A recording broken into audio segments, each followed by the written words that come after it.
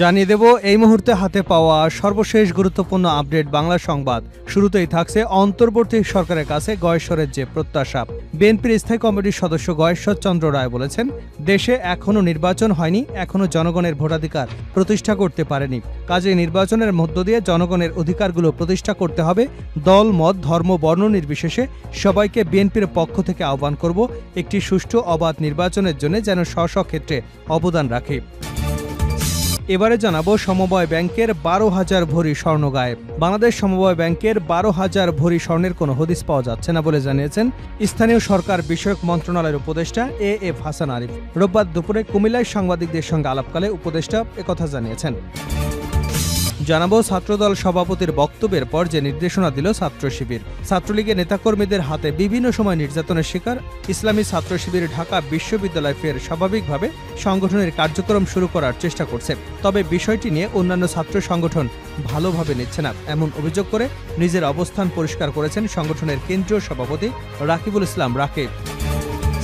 এদিকে মাহমুদুর রহমানের জেল কোনোভাবেই মেনে নিতে পারছেন না জামায়াতের আমির। সাবেক প্রধানমন্ত্রী শেখ হাসিনার ছেলে সজীব ওয়াজেদ জয়কে অপহরণ করে হত্যার ষড়যন্ত্রে অভিযোগে করা মামলায় দৈনিক আমার দেশ পত্রিকার ভারপ্রাপ্ত সম্পাদক মাহমুদুর রহমানকে কারাগারে পাঠানোর আদেশ দিয়েছেন আদালত।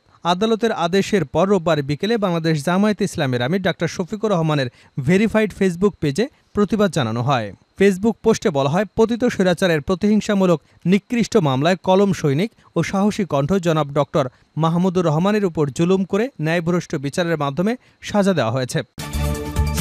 জানিয়ে দিব দ্বিতীয় মাসের মাথায় বিলুপ্ত বিএনপির ঢাকা মহানগর উত্তরের কমিটি। ঢাকা মহানগর উত্তর বিএনপির আহ্বায়ক কমিটি বিলুপ্ত ঘোষণা করা হয়েছে। কমিটি গঠনের 2 মাসের মাথায় তা ভেঙে দেওয়া হলো।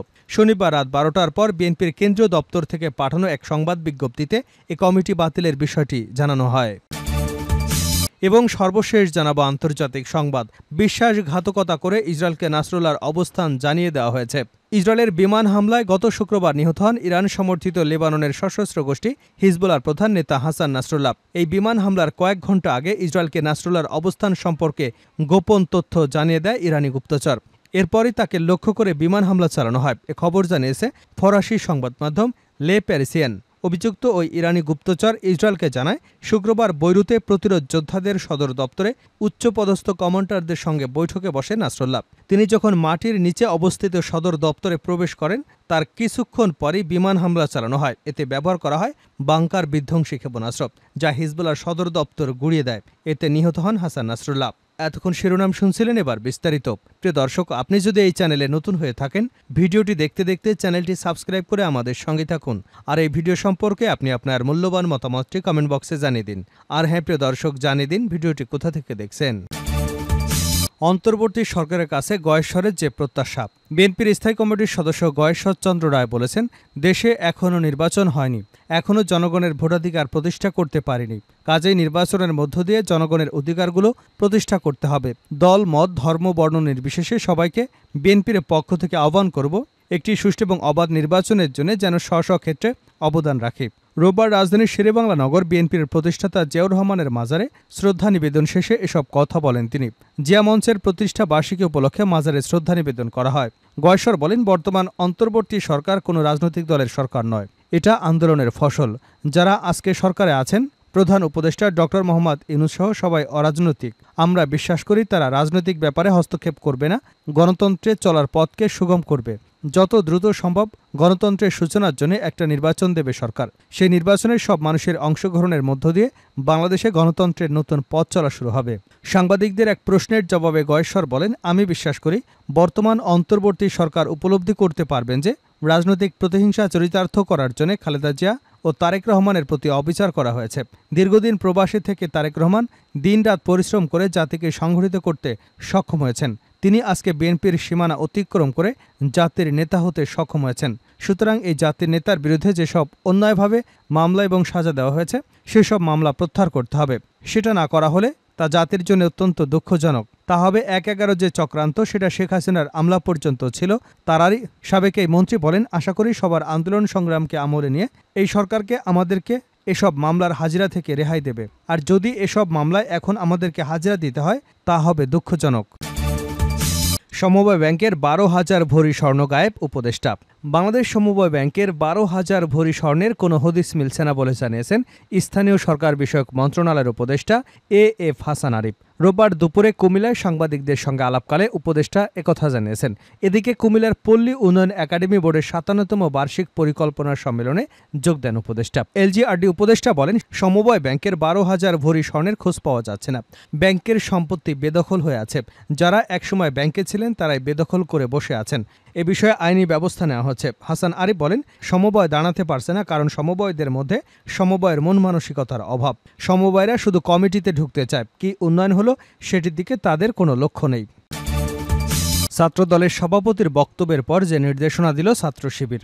ছাত্রলীগের নেতাকর্মীদের হাতে বিভিন্ন সময় নির্যাতনের শিকার ইসলামী ছাত্র শিবির ঢাকা বিশ্ববিদ্যালয়ে ফের স্বাভাবিকভাবে সাংগঠনিক কার্যক্রম শুরু করবার চেষ্টা করেছে। তবে বিষয়টি অন্যান্য ছাত্র সংগঠন ভালোভাবে নিচ্ছে না এমন অভিযোগ করে নিজের অবস্থান পরিষ্কার করে সংগঠনের কেন্দ্রীয় সভাপতি রকিবুল ইসলাম রাকিব শনিবার এক অনুষ্ঠানে ছাত্র শিবিরকে গোপন ও নিষিদ্ধ দাবি করে তিনি বলেন, বিগত 15.5 বছর ছাত্রদল প্রতিটি ক্যাম্পাসে কমিটি দিয়ে আমাদের কার্যক্রম পরিচালনা করেছি। আমরা পূর্ণাঙ্গভাবে কমিটি প্রকাশ করবার মাধ্যমে প্রকাশ্যে দিবালোকে আমাদের কার্যক্রম পরিচালনা করেছি। কিন্তু এখন দেখা যাচ্ছে যে একটি গোপন এবং নিষিদ্ধ সংগঠন রয়েছে যারা 15.5 বছর ছাত্রলীগের পতাকা তলে থেকে তারা একজনও প্রকাশ্যে আসার সাহস পায়নি। এই সময় তিনি ছাত্র শিবিরকে উদ্দেশ্য করে আরও বলেন, আপনারা এমন কোনো ষড়যন্ত্র করবেন না আবার 1971 সালে নেয় আপনাদের আবার বড় ধরনের বিচারের মুখোমুখি হতে হয়। এভাবে এই গোপন সংগঠনের তৎপরতার মাধ্যমে ইতিমধ্যে সাধারণ শিক্ষার্থীরা তাদেরকে বয়কট করেছে এবং সামাজিক যোগাযোগ মাধ্যমে দেখছেন তাদেরকে। ছাত্রদলের সভাপতির এমন বক্তব্যের পর বিভিন্ন মাধ্যমে শুরু হয় আলোচনা সমালোচনা। এবার বিষয়টি নিয়ে নেতাকর্মীদের নির্দেশনা দিয়েছে ইসলামী ছাত্র শিবির। রোববার এক বার্তায় নেতাকর্মীদের জানায়, সম্প্রতি ছাত্রদল সভাপতির একটি বক্তব্যকে কেন্দ্র করে সোশ্যাল মিডিয়ায় অনেকেই লেখালেখি করছেন। আমরা আমাদের সকল দায়িত্বশীল এবং জনশক্তি ভাইদের প্রতি কোনো ধরনের প্রতিক্রিয়া না দেখানোর আহ্বান জানাচ্ছি। ব্যক্তি বা দলীয় বিতর্কের ঊর্ধ্বে উঠে আমরা জাতীয় ঐক্যকে প্রাধান্য দিতে চাই। ছাত্র জনতার বিপ্লবের অন্যতম স্পিরিট হল জাতীয় ঐক্য এবং ফ্যাসিবাদের নির্মূল। তাই আমাদের সবাইকে উদারতা এবং দায়িত্বশীল আচরণ অব্যাহত রাখতে হবে। মহান আল্লাহ আমাদেরকে ধৈর্য এবং প্রজ্ঞার মাধ্যমে কাজ করবার তৌফিক দান করুন। মাহমুদুর রহমানের জেল কোনোভাবেই মেনে নিতে পারছে না জামায়াতের আমির। সাবেক প্রধানমন্ত্রী শেখ হাসিনার ছেলে সজীব ওয়াজিদ জয়কে অপহরণ করে হত্যার ষড়যন্ত্রে অভিযোগে করা মামলায় দৈনিক আমার দেশ পত্রিকার ভারপ্রাপ্ত সম্পাদক মাহমুদুর রহমানকে কারাগারে পাঠানোর আদেশ দিয়েছেন আদালত।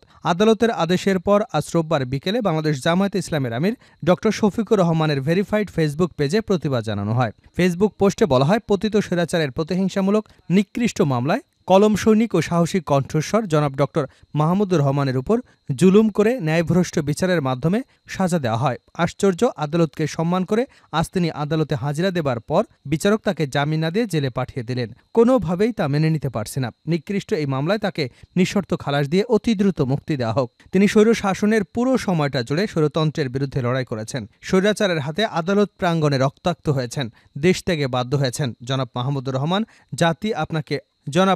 রহমান, জাতি আপনার অবদানকে চিরদিন শ্রদ্ধার সঙ্গে স্মরণ করবে, কারণ আপনি একজন বীর।